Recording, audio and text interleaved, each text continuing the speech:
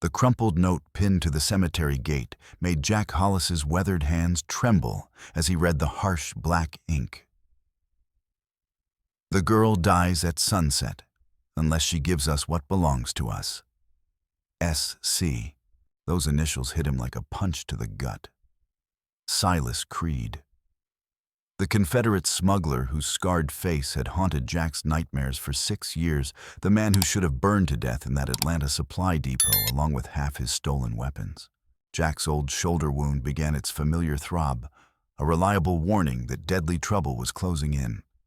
He scanned the Missouri Territory graveyard with eyes that had learned to read danger in every shadow, every silence. The autumn wind carried the scent of rain and something else gunpowder recently burned. That's when he spotted her. A small figure in a torn red dress lay curled against a weathered headstone, clutching a canvas knapsack against her chest like a shield. She couldn't be more than 7 years old, her dark hair matted with trail dust, her face streaked with the kind of tears that came from weeks of running and hiding. But it was the framed photograph, propped carefully against the grave marker, that made Jack's world tilt sideways. The face staring back at him from that cracked daguerreotype was his own, or close enough to stop his heart. Same strong jaw, same unruly dark hair, same green eyes that had looked back at him from mirrors for 32 years. But the uniform was wrong. Union blue with corporal stripes Jack had never seen before. This was Elijah. His younger brother Elijah, who should have been dead and buried at Shiloh Creek 6 years ago. The memory crashed over him like cold water. 19-year-old Elijah, fumbling with their father's old Colt in the family barn, his hands shaking with nervous excitement. "Show me again, Jack," the boy had pleaded. "I want to be as good as you when I join your unit." Jack had steadied his brother's grip, positioned his stance. "A gun's just a tool, little brother. It's the heart behind it that matters. Promise me you'll never use this unless you're protecting something worth dying for." Elijah had nodded solemnly. "I promise. And when this war's over, we'll build that horse ranch we always talked about. Just the two of us like we planned." Jack had sworn to keep his little brother safe. Instead, he'd watched Confederate cavalry tear through Elijah's unit at Shiloh Creek, cutting down boys barely old enough to shave. He'd searched the muddy battlefield for hours afterward, finding corpses, but no sign of his brother.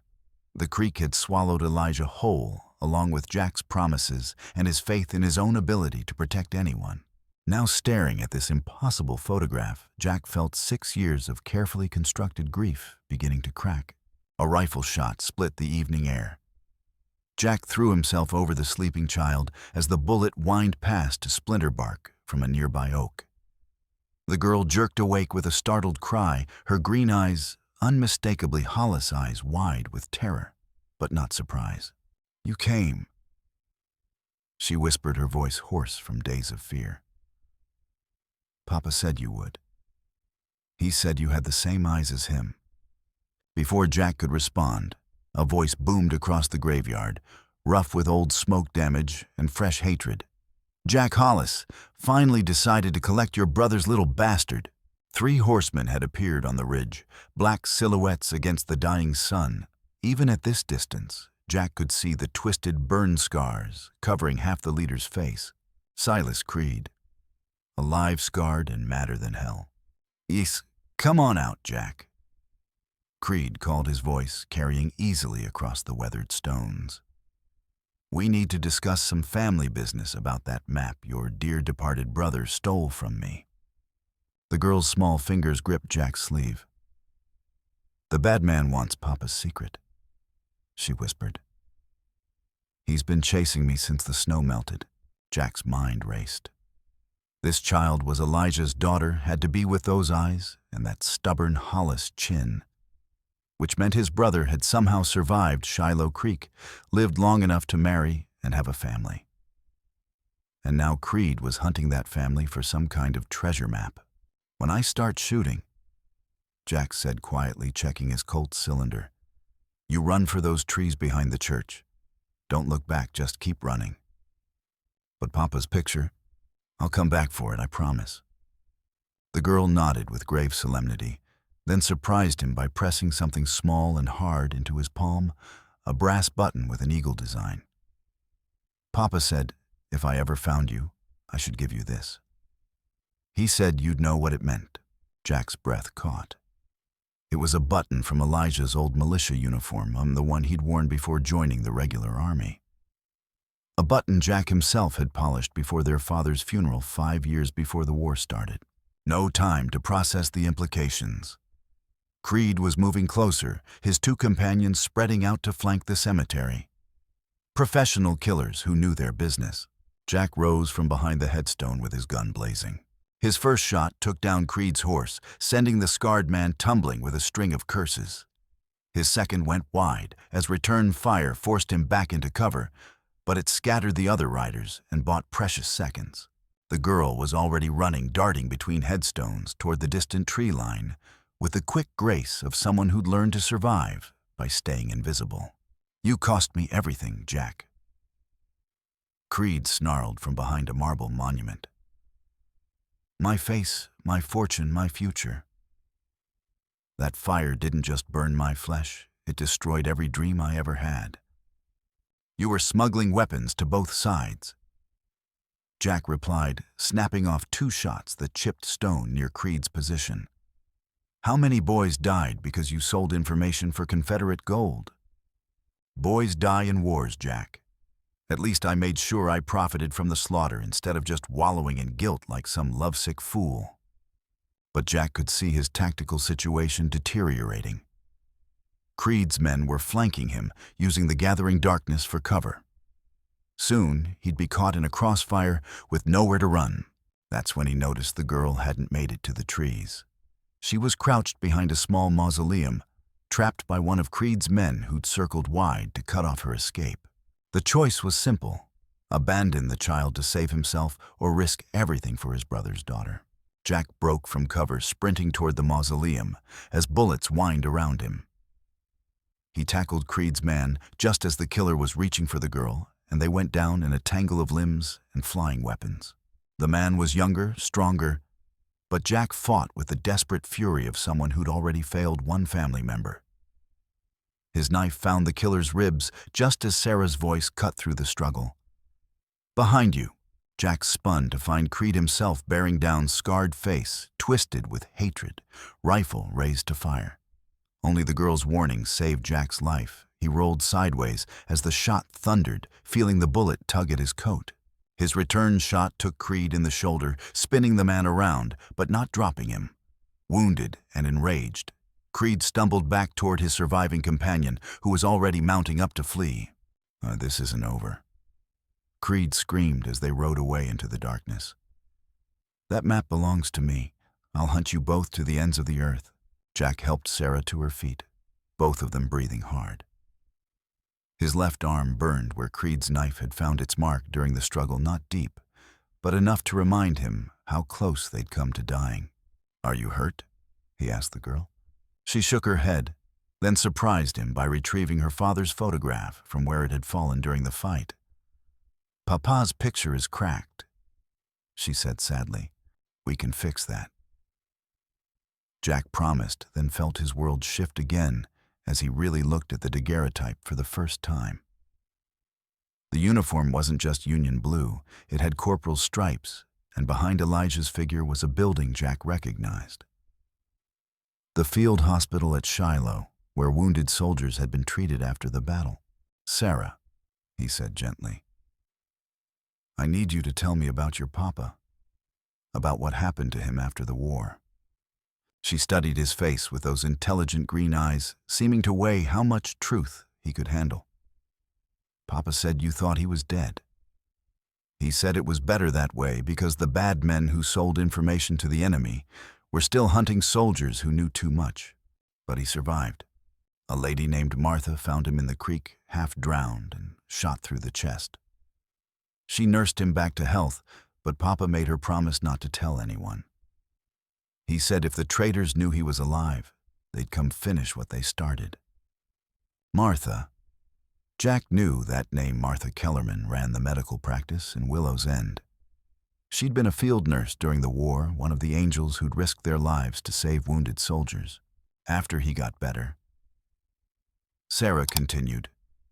Papa went west. He met my mama near Fort Larned. She was Morning Star of the Northern Cheyenne. They fell in love and got married proper in a church, then built a little ranch where they could raise horses and be happy. What happened to them? Sarah's young face hardened with a pain no child should carry. The bad men found us last winter. They came at night asking about gold Papa was supposed to have found. When Papa wouldn't tell them anything, She swallowed hard. They hurt Mama and Papa both. But before he died, Papa gave me this. She reached into her knapsack and pulled out a piece of oiled canvas, folded carefully and stained with what looked like dried blood. He said, if anything happened to him, I should find you and give you his secret. He said you'd know what to do with it. Jack unfolded the document with trembling hands and found himself looking at a detailed map of Missouri and Kansas territory. But this wasn't just a treasure map. It was military intelligence that could still get people killed. Elijah had documented Confederate supply routes, weapons caches, and gold shipments with the thoroughness of a professional scout. More disturbing, he'd noted, which local officials and businessmen had collaborated with Southern agents during the war. Information that could destroy lives and restart old conflicts. Jesus, Jack breathed. There's enough secrets here to hang half the territory. Papa said the bad men were still hiding gold and guns, planning to fight the war all over again. He said good people needed to know about it, but he was scared they'd hurt us if they found out what he knew. A sound in the darkness made them both freeze horses moving slowly through the cemetery. Creed had circled back, probably hoping to catch them while they were distracted by the map. Time to go, Jack said, folding the document and tucking it inside his coat. Do you know these woods, Sarah? Somewhere we can hide until morning. To his surprise, the 7-year-old nodded confidently. Mama taught me the old paths. Her people used to hunt here before the white settlers came. There are places where enemies can't follow. They slipped into the Missouri wilderness as Creed's men searched the cemetery behind them. Sarah led them along game trails that seemed to exist only in her memory, navigating by starlight and instincts inherited from her mother's people. Behind them, Jack could hear frustrated cursing as their pursuers lost the trail in the darkness. This way, Sarah whispered, leading him to what appeared to be solid rock. But when she pressed against a specific point, a narrow opening became invisible, unless you knew exactly where to look. Sacred place, she explained as they squeezed through. Mama brought me here when I was little, taught me the prayers her grandmother taught her. The hidden cave beyond was surprisingly spacious, with evidence of generations of use. Ancient fire circles, faded pictographs, and the deep peace that came from centuries of reverent worship. They made a small fire using dry wood, Sarah found stored in a natural alcove, then settled down to wait for dawn. In the flickering light, Jack studied his niece and saw strength that amazed him. Tell me more about your papa, he said softly. What was he like after the war?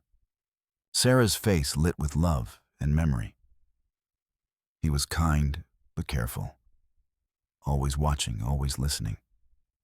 He taught me to read and write and to speak some of Mama's language. He said it was important to remember where you came from. Did he ever talk about me? She was quiet for a long moment. He said you were the bravest person he'd ever known, but also the saddest. He said you blamed yourself for things that weren't your fault, and that made you take dangerous jobs because you didn't think you deserved to be safe. Jack felt tears stinging his eyes. He wasn't wrong. But he also said you had the biggest heart in the family.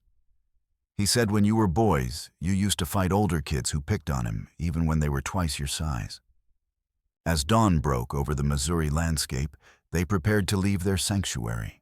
But Sarah had one more surprise, a small leather pouch she pulled from the deepest part of her knapsack. Papa said, if I ever found you, I should give you this too.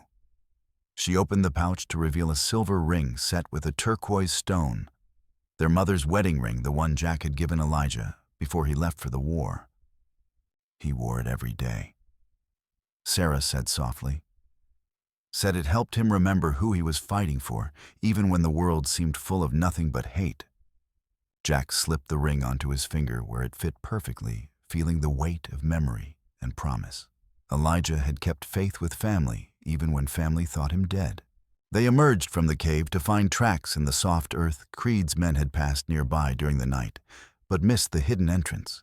The searchers were moving north toward the Badlands, probably assuming their quarry had fled toward more populated areas.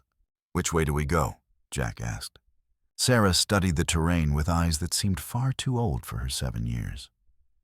"The bad men went toward Devil's Gulch," she said, pointing north. "But there's another way to town. Longer but safer." She led him along ridgelines and through hidden valleys, following routes that predated white settlement. They saw wildlife, but no sign of human pursuit, until they reached a high overlook that gave them a clear view of the trail below. 3 riders were moving slowly along the main path, studying the ground for tracks. Creed and 2 new men, probably hired guns brought in to replace the one Jack had killed. "They're not giving up," Jack observed. "Mama always said persistence was both a virtue and a curse." Sarah replied with startling wisdom. "Depends on what you're being persistent about." They reached Willow's End by mid-afternoon, approaching from an unexpected direction through woods behind Martha Kellerman's boarding house. The elderly woman was tending her garden when she spotted them, and her face went white with shock.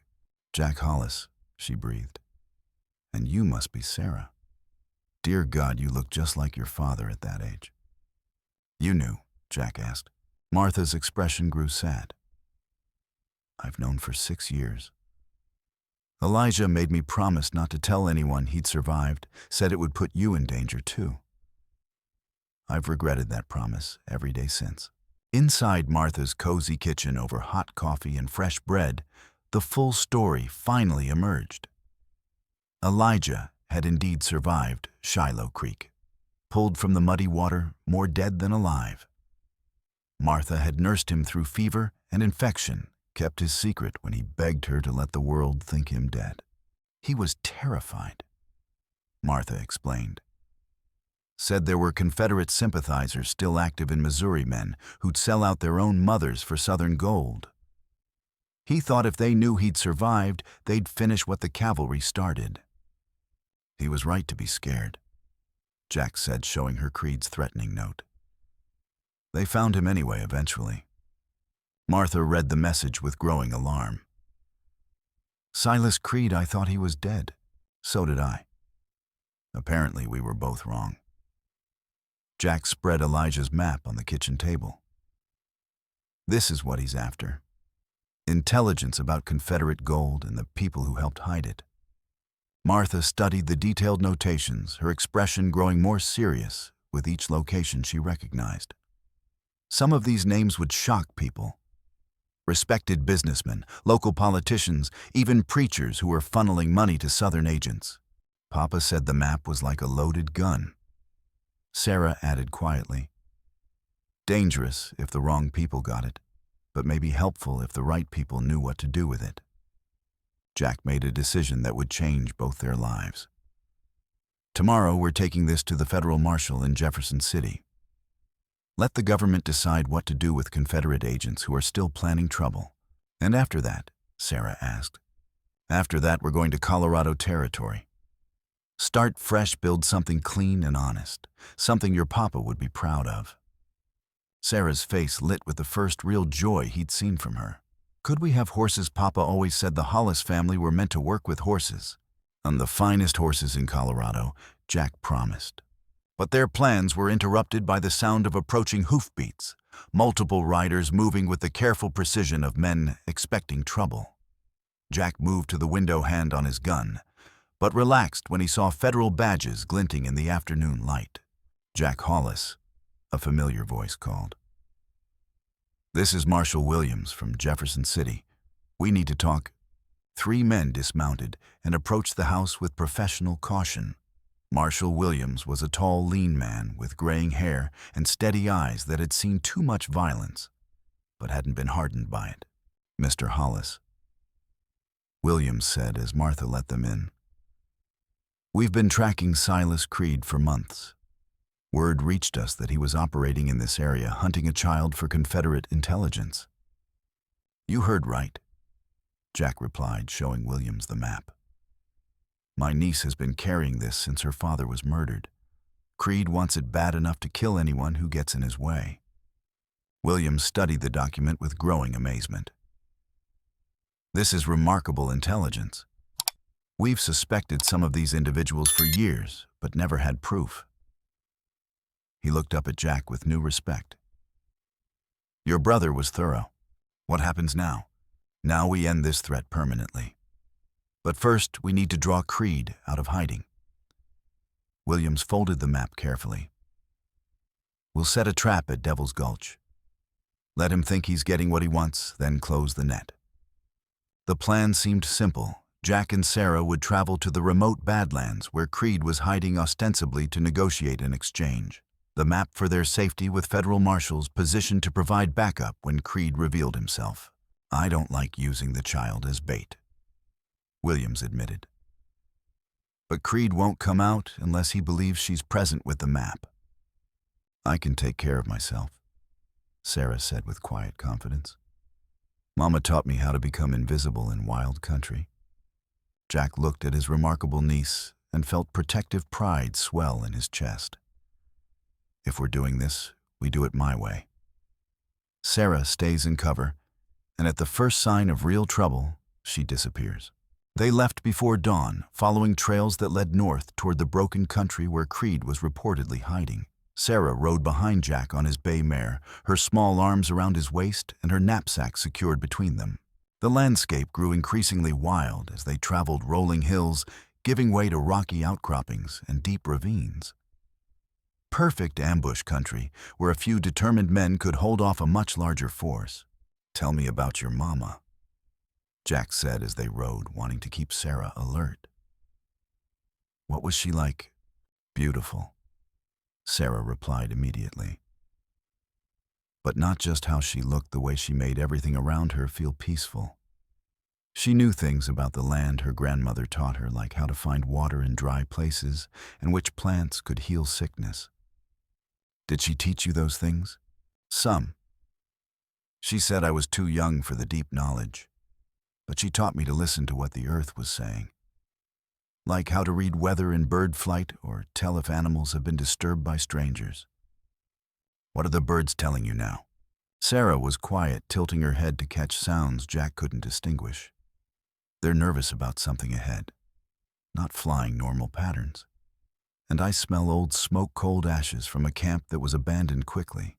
They found the remains of Creed's camp an hour later, cold fire circle horse droppings, maybe a day old. The scarred smuggler was staying mobile, changing locations to avoid pursuit." "He's close," Jack murmured, studying tracks that led deeper into the Badlands.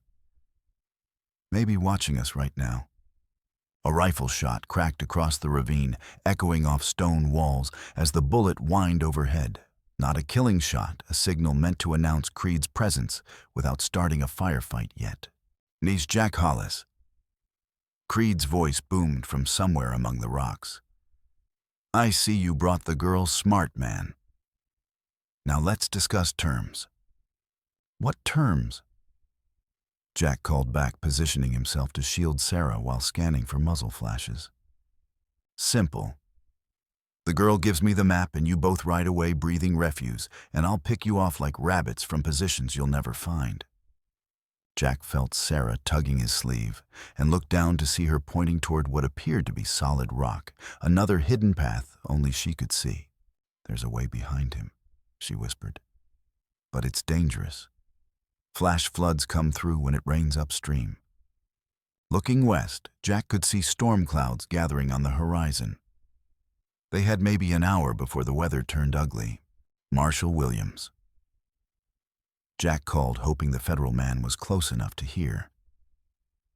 "If you're out there now, would be good," but no answer came from the surrounding rocks. Either the marshals weren't in position yet, or something had gone wrong with their carefully laid plan. "The no cavalry coming, Jack." Creed's mocking laughter echoed off canyon walls. "Just you me, and some unfinished business from Atlanta. That's when Jack realized the trap hadn't been set for Creed, it had been set for them. The scarred smuggler was too smart, too experienced to walk blindly into a federal ambush. He'd probably spotted the marshals hours ago and dealt with them accordingly. Which meant Jack and Sarah were on their own, trapped in a box canyon with a killer who had nothing left to lose. "Sarah," Jack said quietly, "remember what your mama taught you about becoming invisible?" She nodded solemnly. "He's good, because we're about to need every trick she ever showed you." The next few minutes stretched like hours as Jack tried to spot Creed's position among the rocks. The man was good, probably had multiple firing positions prepared along with escape routes if things went badly. Thunder rumbled in the distance, and Jack felt the first drops of rain on his face. The storm was moving fast, which meant flash flood conditions were developing in the narrow canyons. "Time's up, Jack," Creed called. "Send the girl out with a map or I start shooting." "Then go to hell, Creed." The response was immediate rifle fire from 3 different positions, bullets ricocheting off stone with deadly whines. Jack grabbed Sarah and dove for cover behind a boulder as rock chips showered around them. Creed had brought help after all. Professional gunmen who knew how to coordinate their fire for maximum effect. "Sarah." Jack gasped, checking his ammunition. 6 bullets left in his Colt plus the rifle Martha had given him. Not nearly enough for a prolonged firefight. "That hidden path you mentioned, can you find it in the rain?" "Yes. But what about you? I'm going to keep them busy while you get to safety. Find the marshals if they're still alive, or get back to town and tell them what happened here. I won't leave you." Jack looked into those determined green eyes and saw Elijah's stubborn courage looking back at him. "Your papa would want you to survive, Sarah. That's what family does, we protect each other." She considered this with the gravity of someone far older than 7. "Mama always said the spirits protect people who honor their ancestors. Maybe Papa's spirit is here helping us." Before Jack could respond, the gunfire intensified. Creed's men were moving closer, using the storm for cover as they tightened their deadly circle. That's when Sarah surprised him by pulling something from her knapsack. Not the map or photograph, but a small leather pouch he hadn't seen before. "Mama made this for protection," she said, opening the pouch to reveal a mixture of herbs and small stones. She said if we ever faced great danger, we should scatter it on the wind and ask the spirits for help. "Sarah, this isn't the time for..." But she was already moving, darting from their cover with the quick grace of someone who'd learned to become one with the landscape. Jack watched in amazement as she seemed to flow between the rocks, disappearing and reappearing like smoke. The gunfire slackened as Creed's men lost sight of their primary target.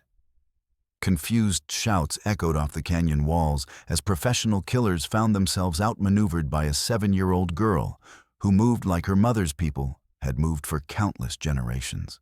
"But where is she?" Creed's voice carried a note of frustrated rage. "Find the girl." But Sarah had vanished into the storm-lashed Badlands as completely as if the earth itself had swallowed her. Jack felt a surge of fierce pride in his brother's daughter. She was more than surviving. She was fighting back with weapons her enemies couldn't understand or counter. Now it was his turn. Jack broke from cover as lightning split the sky, moving with the desperate speed of a man who had nothing left to lose. His first shot took down one of Creed's hired guns. His second sent another diving for cover. But Creed himself was nowhere to be seen. The realization hit Jack like a physical blow. While he'd been focused on the obvious threat, the scarred smuggler had slipped away, probably following Sarah's trail, hunting the child who carried the secret he'd killed for. Jack ran toward the hidden path Sarah had shown him, praying he wasn't too late. Behind him, the surviving gunman was still firing, but the shots were going wild in the storm and darkness. He found the narrow opening just as a scream echoed from somewhere deep in the stone passages, a child's cry of pain and terror that turned his blood to ice. Jack squeezed through the gap and found himself in a maze of natural corridors and chambers. The sound of rushing water was getting louder. The flash flood Sarah had warned about was beginning to build. Another scream closer now. Jack followed the sound through twisting passages, that seemed designed to confuse intruders, his heart hammering with fear for his niece. He found them in a circular chamber lit by a shaft of lightning from above. Creed had Sarah backed against the far wall, his scarred face twisted with triumph and malice. "There you are," Creed said without looking away from the girl. "I was beginning to think you'd abandoned family again like you did at Shiloh Creek." "Let her go, Creed. This is between us." "Is it?" The scarred man's laugh was like breaking glass. "See, I don't think it is anymore. This little bitch represents everything your brother cost me. My gold, my reputation, my future. Killing her won't bring any of that back, but it'll sure as hell make me feel better." Jack could see Sarah's lips moving silently, not in fear, but in what looked like prayer. Her mother's prayers spoken in the Cheyenne language she'd learned at Morningstar's knee. "You want to know the real joke, Jack?" Creed continued pressing his knife closer to Sarah's throat. "Your precious brother didn't just find my gold by accident. He sought it out, followed rumors and old maps until he located my primary cache. Then he had the gall to document it like some kind of government spy. Elijah was always thorough. Thorough enough to cost me a fortune, but not thorough enough to cover his tracks completely. It took me years to find him, track him to that pathetic little ranch where he was playing house with his Indian wife." Rage filled Jack's vision with red. "You killed them." "I questioned them. Extensively. They were both very brave, very loyal. Right up until the end." Creed's scarred face split in a hideous grin. "But they told me what I needed to know eventually. About the map, about the girl who'd escaped with it."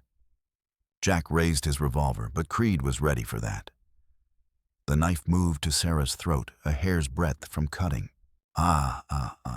One move and she dies before your bullet reaches me." The sound of rushing water was getting louder now, echoing through the stone passages like approaching thunder. The flash flood was building to dangerous levels, and soon this entire chamber would be underwater. That's when Sarah made her move. Instead of trying to break free, she did something completely unexpected. She began to sing. Not in English, but in her mother's language. Her young voice clear and strong despite the knife at her throat. Creed looked confused by this development. What the hell is she doing? But Jack understood. He'd heard Cheyenne death songs during the war. Brave words sung by warriors who knew they were about to die. Sarah wasn't giving up. She was preparing for whatever came next with the courage of her mother's people. The song seemed to unnerve Creed more than screaming would have. His knife hand wavered slightly as he tried to process this unexpected response to mortal terror. That tiny hesitation was all Jack needed. His shot took Creed in the shoulder, spinning the man away from Sarah and sending his knife clattering across the stone floor. But the scarred smuggler wasn't finished. Wounded and desperate, he lunged for the weapon with his good arm. Jack was faster, kicking the blade away before tackling Creed to the chamber floor. They rolled and struggled in the rising water as the flash flood finally arrived, turning their prison into a death trap. Creed was fighting with the desperate strength of a man who knew this was his last chance. His good hand found Jack's throat, squeezing with murderous intent as brown waters swirled around them. Jack's vision began to blur, black spots dancing at the edges as his air supply dwindled. He could hear Sarah calling his name, but the sound seemed to come from very far away. That's when he felt small hands pressing something into his palm, smooth stones from Sarah's medicine pouch, given strength and purpose by her mother's prayers. Jack didn't believe in spirits or magic, but he believed in family. In love that transcended death, in courage passed from mother to daughter, in the power of people who refused to surrender to evil. He drove the stones into Creed's ruined face with all his remaining strength. The scarred man's grip loosened as he screamed in pain and rage. Jack rolled away, gasping for air as the water continued to rise around them. Creed tried to follow, but the flood was too strong now, the current too powerful. Jack watched his enemy disappear beneath the brown water, swallowed by the same wilderness that had sheltered so many secrets over the years. Uncle Jack. Sarah's voice cut through the roar of rushing water. She was standing on a natural ledge above the flood level, safe from the torrent, but unable to reach him. Jack looked around the chamber and realized with growing horror that there was no way out. The passages they'd entered through were completely submerged now. The only opening was the shaft of light above, too high to reach, too narrow to climb, even if he could. "Sarah," he called, his voice echoing off wet stone. "Can you get out of here? Find your way back to the surface?" "Not without you. You have to try. Your papa would want you to survive."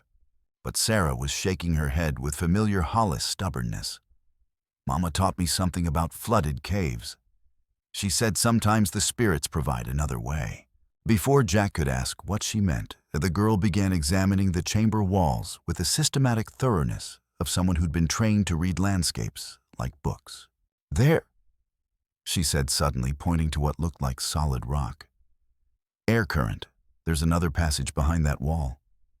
Jack could feel it now that she'd pointed it out, the faintest whisper of moving air, suggesting an opening hidden behind loose stones and centuries of debris.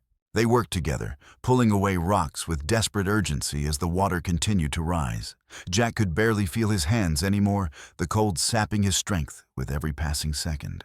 But Sarah's small fingers found the gaps his adult hands couldn't reach. And gradually, a narrow opening became visible, barely wide enough for a person, but leading upward toward what might be salvation. "You first," Jack said. "No. You're bigger and stronger. If you get stuck, I can't help you. But if I get stuck, you can pull me back." The logic was unassailable, even coming from a 7-year-old. Sarah squeezed through the opening and disappeared into darkness, beyond her voice, echoing back. "It opens up after a few feet. There's a whole tunnel here." Jack followed scraping skin from his shoulders as he forced his larger frame through the gap. The passage beyond was indeed wider, sloping upward through natural stone formations toward a distant gleam of daylight. They crawled through the tunnel on hands and knees, following air currents and Sarah's inherited instincts toward the surface. Behind them, the sound of rushing water gradually faded, replaced by the normal sounds of storm and wind. They emerged from a hidden cave mouth halfway up a canyon wall, gasping in the clean air as rain washed the mud and terror from their faces.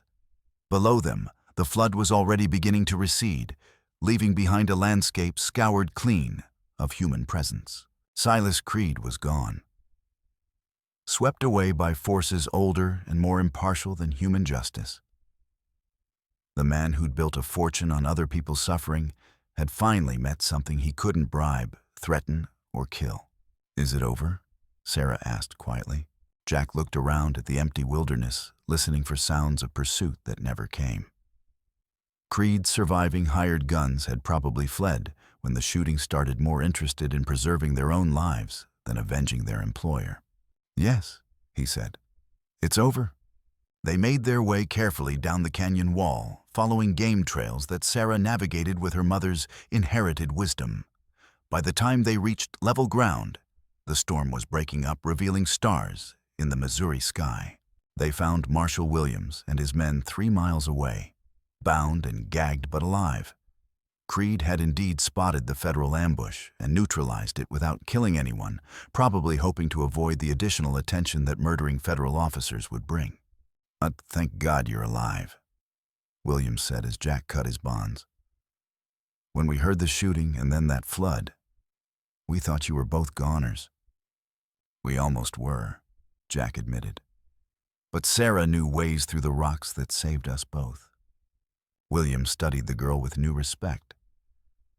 Remarkable child. Her father would be proud. Over the next few days, federal agents used Elijah's map to round up Confederate sympathizers throughout Missouri and Kansas territory. Some were arrested, others simply fled west ahead of the law. But the network of post-war resistance was finally broken. Jack and Sarah stayed in Willow's End during the legal proceedings, living in Martha's boarding house, while lawyers and marshals sorted through the intelligence Elijah had died protecting. "What will you do now?" Martha asked as they prepared to leave for Colorado territory. "Build something good." Jack said, watching Sarah feed the chickens in Martha's backyard. Something Elijah would approve of. He'd be proud of you both, Martha said softly. Taking care of that child, giving her a future instead of dwelling on the past. The wagon was loaded with farming supplies and dreams when they finally set out for Colorado. Sarah rode beside Jack on the driver's bench, chattering about their plans while teaching him words in her mother's language. As they crested a hill overlooking the Missouri River, Sarah pulled out her mother's medicine pouch one more time. But instead of scattering the contents on the wind, she carefully selected a single stone and handed it to Jack. Mama said this one was for protection during long journeys, she explained. She said it would help us remember where we came from while we're building where we're going. Jack turned the smooth stone over in his palm, feeling its weight and warmth. It wasn't magic, just mineral formed over countless years by forces of pressure and time. But it represented something more, the continuity of family, the strength that came from honoring the past while embracing the future. Thank you, he said, slipping the stone into his pocket next to his mother's ring. Your mama was a wise woman. She was, and so was Papa. They both knew that love doesn't end when people die, it just changes into something different. Something that helps the people left behind find their way. As their wagon rolled west toward Colorado and new beginnings, Jack felt the last of his guilt and self-hatred finally beginning to fade. He'd failed to save Elijah during the war, but he'd saved Elijah's daughter when it mattered most. More than that, she'd saved him from a life of meaningless violence, from the poison of undeserved guilt, from the lonely path he'd walked since Shiloh Creek. They were family now in every sense that mattered, not just by blood, but by choice, by shared sacrifice, by love that transcended loss. The past was buried with Silas Creed in a Missouri flash flood. The future stretched ahead like an open trail full of promise and possibility. And somewhere in the wind that followed their wagon west, Jack could almost hear Elijah's voice. Take care of her, big brother. She's everything good that morning star and I could give to the world. I will, Jack whispered to the Colorado sky. I promise. This time, it was a promise he would keep.